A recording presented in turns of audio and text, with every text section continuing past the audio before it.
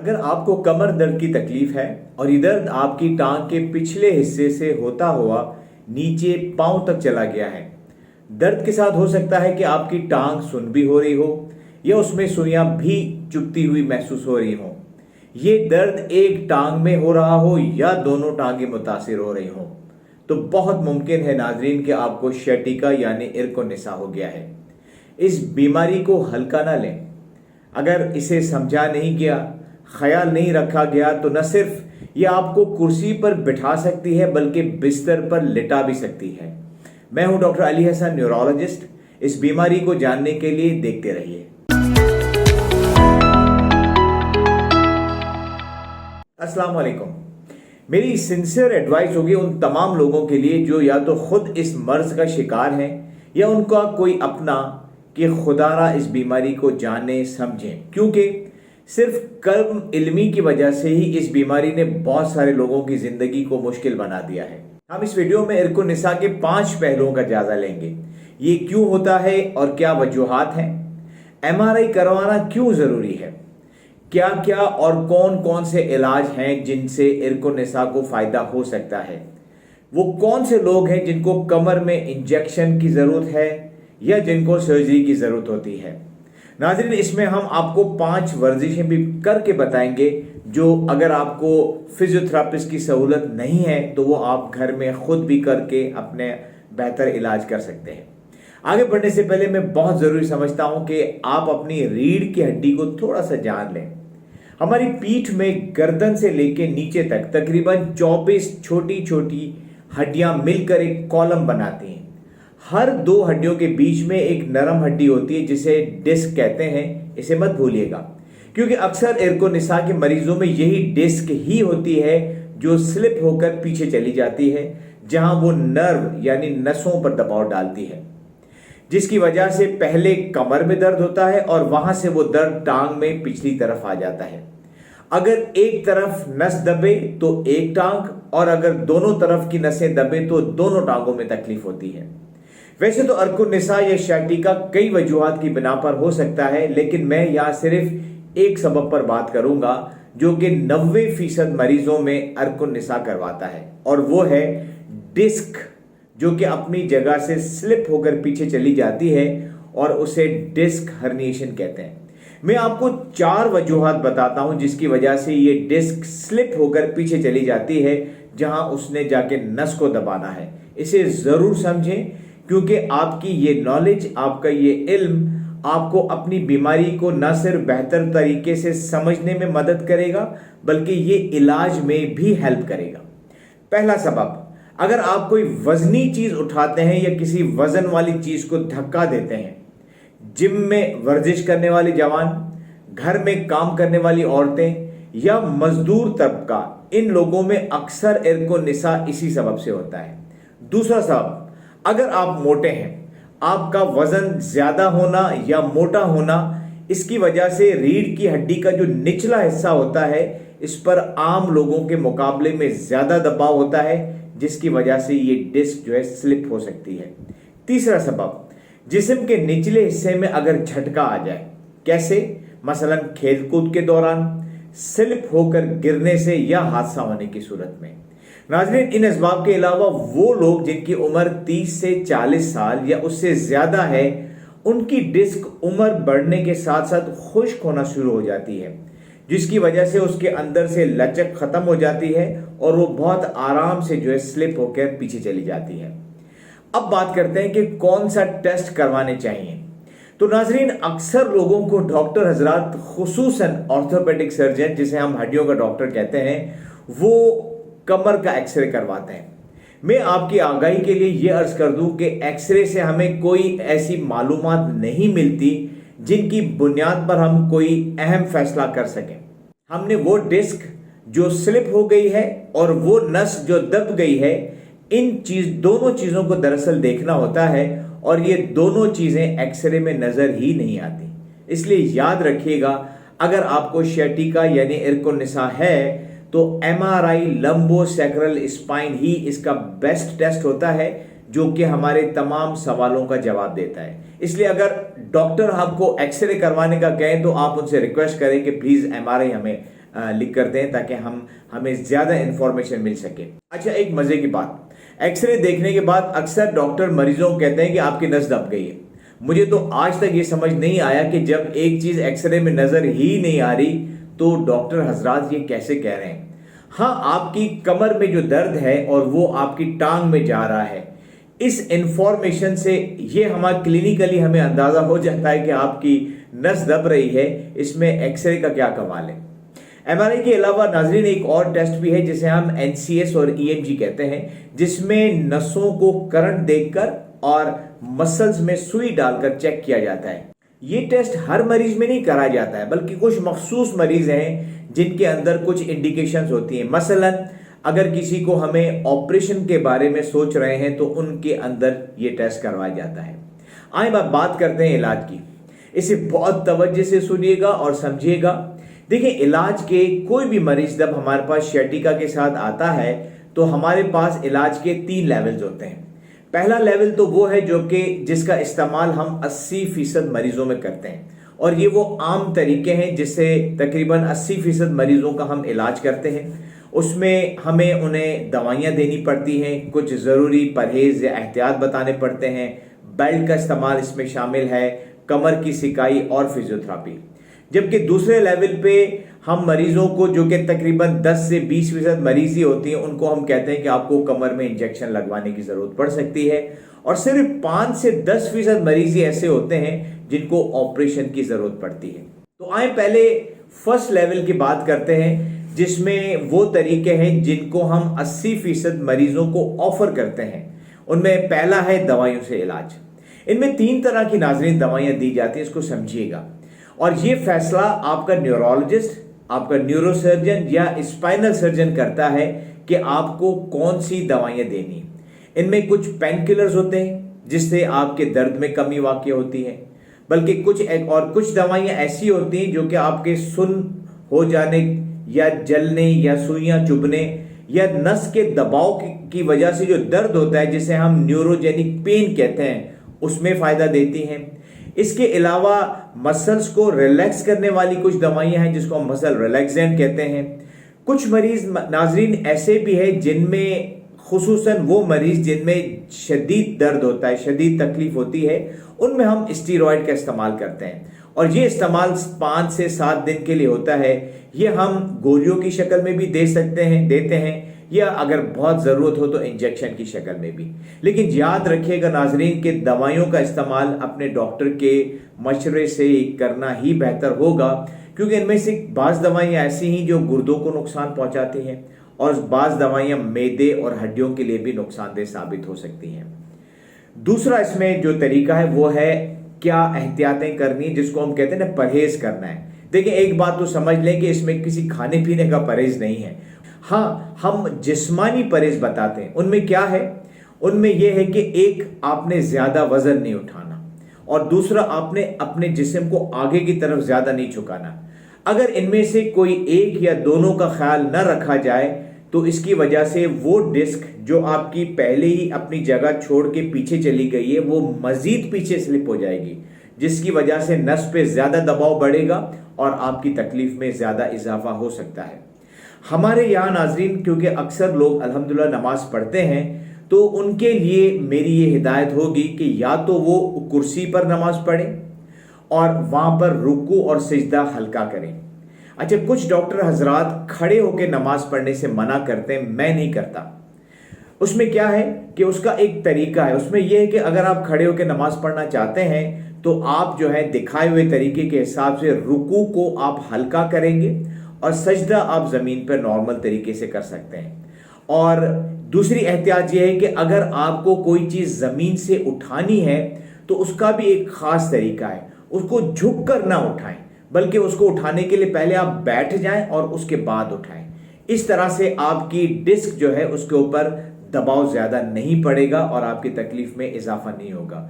दूसरी एक और अहम चीज़ ये कि आपने झटकों से बचना है। ये झटके अमूमन अगर आप मोटरसाइकिल का सफ़र कर रहे हैं या आप रक्शे का इस्तेमाल कर रहे हैं तो स्पीड ब्रेकर या गड्ढे जो है उसमें अगर गाड़ी जाए तो वो झटके लगते हैं, तो उसमें आपने एहतियात करनी है।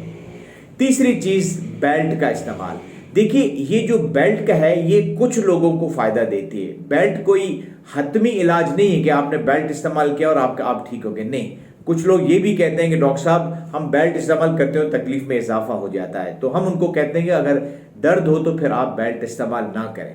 बराए करम इस वीडियो की डिस्क्रिप्शन में आप जाएं, वहां मैंने एक लिंक दिया है, उसे जरूर देखें। उसमें यह बताया गया है कि आपने कौन सी बेल्ट इस्तेमाल करनी है और बेल्ट को कैसे इस्तेमाल करना है, ये सीखना बड़ा जरूरी है। चौथा, सिकाई करना है। वो लोग जिनको अभी अभी अर्कुनिसा शुरू हुआ है, कोई हफ्ता 10 दिन हुए हैं, वो लोग जो है वो ठंडी सिकाई करेंगे आइस पैक वगैरह से 10-15 मिनट या 20 मिनट के लिए। लेकिन इसके अलावा जिनका अर्कुनिसा हुए दिन गुजर गए 2-3 हफ्ते महीने, तो वो लोग जो है गर्म सिकाई करेंगे। और ये गर्म सिकाई आप रबड़ की बोतल में गर्म पानी डालकर भी कर सकते हैं, या आजकल मार्केट में इलेक्ट्रिकल हीटिंग पैड दस्तयाब है, आप उसका भी इस्तेमाल कर सकते हैं। सिकाई करने से पहले अगर आप कमर पर वॉल्ट्रॉल जेल या डीप हीट क्रीम से हल्की सी मालिश करें और फिर आप 15-20 मिनट के लिए सिकाई करें, तो ये ज्यादा बेहतर तरीके से आपके दर्द में फायदा देगी। और ये सिर्फ वो लोग करें जिनको कमर दर्द ज्यादा है, जिसके कमर में दर्द नहीं है उसको सिकाई करने की कोई जरूरत नहीं है। पांचवा अहम पॉइंट जो हम हर मरीज को बताते हैं वो है फिजियोथेरापी। देखिए, फिजियोथेरापी के रोल को इर्कुनिसा के इलाज में समझना बहुत जरूरी है। अगर आपको कोई काबिल फिजियोथेरापिस्ट मिल जाए या कोई अच्छा हॉस्पिटल या सेंटर जहां बेहतर फिजियोथेरापी की सहूलियात मौजूद हो, वहां जरूर जाएं और कम से कम 2 हफ्ते लगकर जरूर फिजियोथेरापी करवाएं। फिजियोथेरापिस्ट क्या करेगा, वो 6 तरीकों से आपकी मदद कर सकता है। लेकिन नाजरीन, फिजियोथेरापी हर शख्स नहीं करवा सकता। क्यों? क्योंकि कुछ लोगों को एक तो फिजियोथेरापिस्ट मुयस्सर ही नहीं है, क्योंकि वो लोग खुसूसन जो कि गाँव में या दूर दराज इलाकों में रहते हैं, वहाँ कोई फिजियोथेरापी की सहूलत नहीं है, या हमारे पास माली मसाइल की वजह से कुछ लोग, बल्कि ज़्यादातर लोग फिजियोथेरापी को अफोर्ड ही नहीं कर सकते। तो ऐसे लोगों के लिए मैंने यहाँ पर कुछ वर्जिशें बताई हैं। आप ये वर्जिशें सुबह शाम बताए हुए तरीके से खुद भी घर में कर सकते हैं। बस ये याद रखिएगा कि अगर किसी वर्जिश से आपके दर्द में इजाफा हो, देखिए मैं जब कहता हूं ना दर्द में इजाफा हो, देखिए हल्का फुल्का सा दर्द तो आपको होगा, और ये वो दर्द है जो कि वर्जिश के दौरान खिंचाव की वजह से पैदा होता है। और इस दर्द को मैं कहता हूं मीठा दर्द, इससे आपको तकलीफ ज्यादा नहीं होती। लेकिन अगर आपको ऐसा दर्द हो रहा है कि आपको लगे कि मैं तो वर्जिश कर रहा हूं कम करने के लिए दर्द और मेरी तकलीफ तो बढ़ गई है, तो उससे मेरा मतलब होता है कि आपके अगर दर्द में इजाफा हो तो फिर आप उस वर्जिश को बंद कर दें। मैं यहाँ पर आपको 5 वर्जिशें बताई हैं, और ये पांचों की पांचों वर्जिशें जो है आप लेट कर करेंगे। तो आइए सीखते हैं इसको। पहली वर्जिश, सीधा लेट जाएं, दोनों घुटने मोड़ें। पहले एक घुटने को पकड़कर सीने की तरफ दबाएं, तकरीबन 30 सेकंड तक आप दबा के रखें। फिर यही काम आप दूसरे घुटने के साथ करें। ये 1 साइकिल हो गई, आपने ऐसी 5 साइकिलें करनी है। अगर आपके घुटने में तकलीफ है तो इस वर्जिश को आप दूसरे तरीके से, मॉडिफाइड तरीके से भी कर सकते हैं, जिसमें आप अपना हाथ बजाय घुटने के ऊपर रखकर खींचने के, आप घुटने के नीचे से रख के उसको टांग को सीने की तरफ दबाएं। दूसरी वर्जिश, दोनों घुटनों को उठाकर खड़ा करें, आपके दोनों हाथ सीधे जमीन पर होंगे। पहले दोनों मिली हुई टांगों को एक तरफ लेकर जाएं, और ये इतना करें कि आपकी कमर कुछ गोल घूम जाए। 20 सेकंड वहीं पर आप रुके रहें और उसके बाद सीधे हों, और अब दोनों मिली हुई टांगों को आप दूसरी तरफ लेकर आए, यानी पहले आप सीधी तरफ और फिर उसके बाद उल्टी तरफ आप अपनी टांगों को हरकत करेंगे। और हर दफा आप 20 सेकंड तक आप रुकेंगे, और ये एक तरह से 1 साइकिल हो गई। ऐसी आप 5 साइकिल्स करेंगे। तीसरी वर्जिश, उल्टा लेट जाएं, अपने हाथों को आगे की तरफ रखें और अपनी गर्दन और अगले जिस्म को ऐसे ऊपर उठाएं कि आपकी कमर में खम आ जाए। अगर दर्द ज्यादा हो तो आप अपनी कोहनियों को आधा मोड़कर उठाएं, सिर्फ अपने जिस्म को, वरना बेहतर तो यही होगा कि आप अपनी कोहनियों को मुकम्मल सीधा करें। इस पोजीशन में आप तकरीबन 20 से 30 सेकंड रहें, और ये 1 साइकिल हो गई। ऐसी आप 5 साइकिल्स करेंगे।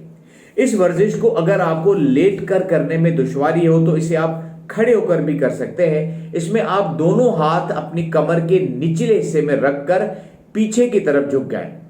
5 सेकंड इसी हालत में झुके रहे पीछे की तरफ, फिर सीधे हो जाएं। अपने जिस्म को रिलैक्स करें और फिर दोबारा इसका दूसरी साइकिल करें। इस तरह कम से कम आपने 5 साइकिल्स करनी है। चौथी वर्जिश, दोनों घुटने मोड़कर लेटें, दोनों हाथ सीधे रखें और अपने दोनों पांवों पर वजन डालते हुए अपने जिस्म को दरमियान से जमीन से ऊपर उठा दें। 30 सेकंड तक अपने जिस्म को ऐसे ही ऊपर रखें, फिर नीचे आ जाएं। ये 1 साइकिल हुई। इसी तरह इसकी आप 5 साइकिल करें। नाजरीन, इस वर्जिश की खास बात यह है कि इससे आपके कमर, आपके पेट और आपके बटक्स के मसल जो हैं, जो कि शैटिका अरकुन निसा में कमजोर हो जाते हैं, उनको ताकत मिलती है और वो मजबूत होते हैं।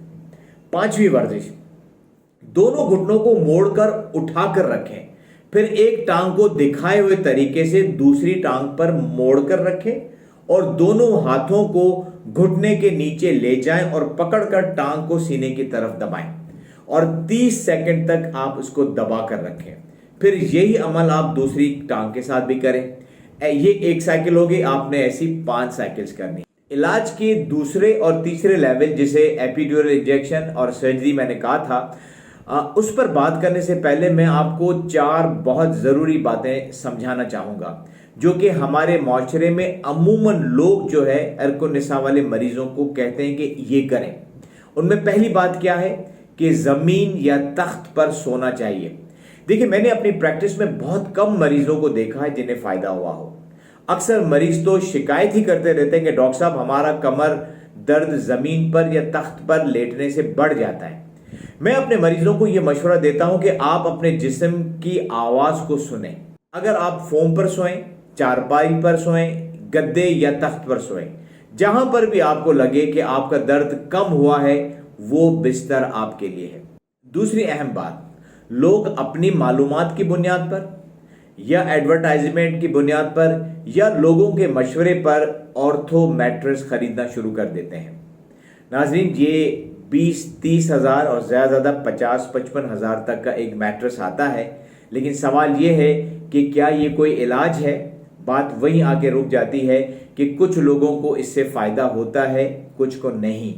ऑर्थो मैट्रेस खरीद के सोने का हरगिज़ मतलब ये नहीं है कि आपको लाजमी इस पर आराम आएगा, तो इस बात को अच्छी तरह समझिएगा।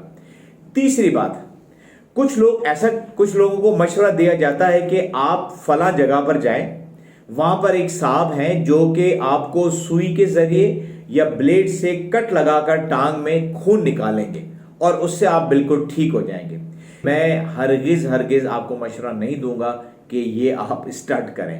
चौथी बात, क्या कायरोप्रैक्टर के पास जाना चाहिए? देखिए, पहले तो आप समझें कि कायरोप्रैक्टर हम किसको कहते हैं।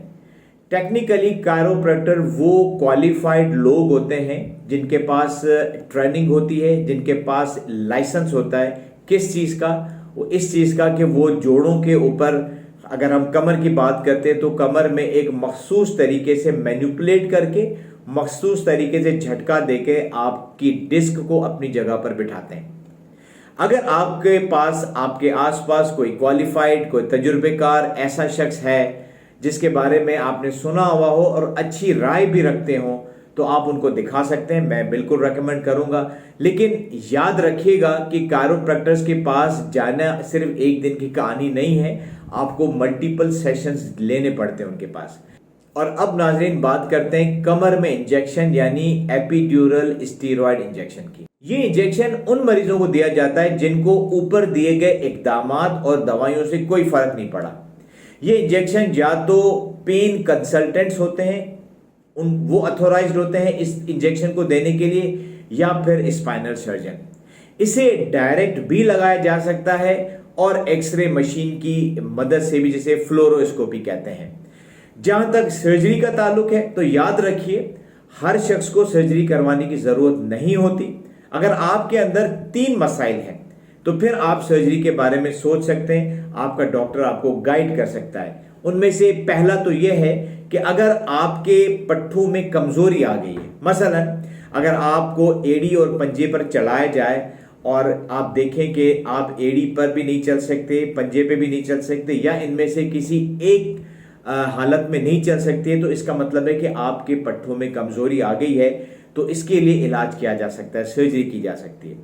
दूसरा इसका इंडिकेशन, अगर 6 से 12 हफ्ते गुजर गए और आपने सारी कोशिशें कर ली, दवाई भी ले ली, वर्जिशें भी कर ली, एहतियातें भी कर ली और एपिड्यूरल स्टीरॉयड इंजेक्शन भी लगवा लिया, लेकिन आपकी तकलीफ में कोई कमी नहीं आ रही, तो फिर सर्जरी के बारे में सोचा जा सकता है। और तीसरा ये कि अगर पेशाब जो छोटा है या बड़ा है उसके अंदर कंट्रोल ख़राब हो गया है, माने कंट्रोल नहीं है, वो निकल जाता है, तो फिर भी सर्जरी की जा सकती है। बल्कि इनफैक्ट इसमें तो बिल्कुल भी देर नहीं करनी चाहिए, फ़ौरन से सर्जरी करवा लेनी चाहिए।